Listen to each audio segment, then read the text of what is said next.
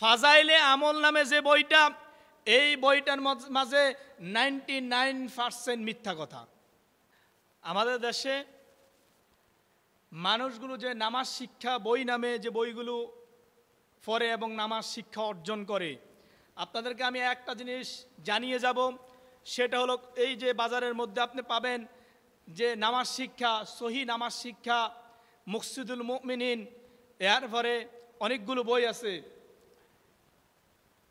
এই সমস্ত বইগুলো থেকে পড়া থেকে আপনি বিরত থাকবেন। ফাজাইলে আমল নামে যে বইটা, এই বইটার মাঝে 99% মিথ্যা কথা।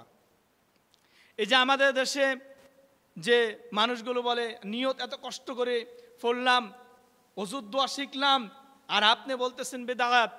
আপনি ওযুর দোয়া কোথায় পাবেন, মুসল্লার দোয়া কোথায় পাবেন?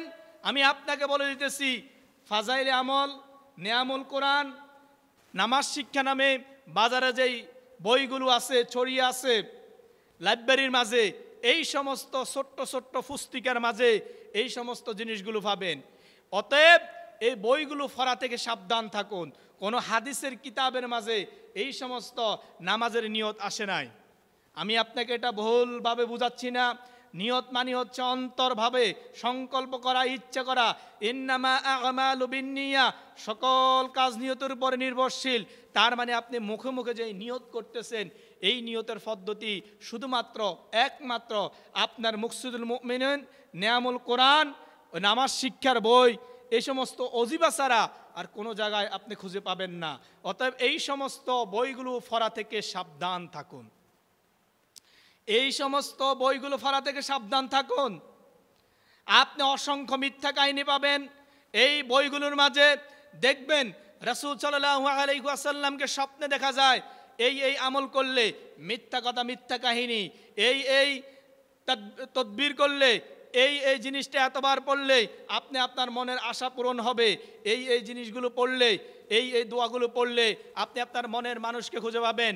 অন্যকে বশ করার জন্য বিভিন্নভাবে বিভিন্ন জিনিস এটার মধ্যে আছে। অতএব এগুলো হচ্ছে মিথ্যা কাহিনী। আজকে মানুষ বুঝতে শিখেছে, জানতে শিখেছে। আপনাদের জন্য সবচাইতে গুরুত্বপূর্ণ যেই সমস্ত বইগুলো অথেন্টিক কোরআন এবং হাদিস ভিত্তিক, রেফারেন্স ভিত্তিক, ওই বইগুলো আপনাকে পড়তে হবে।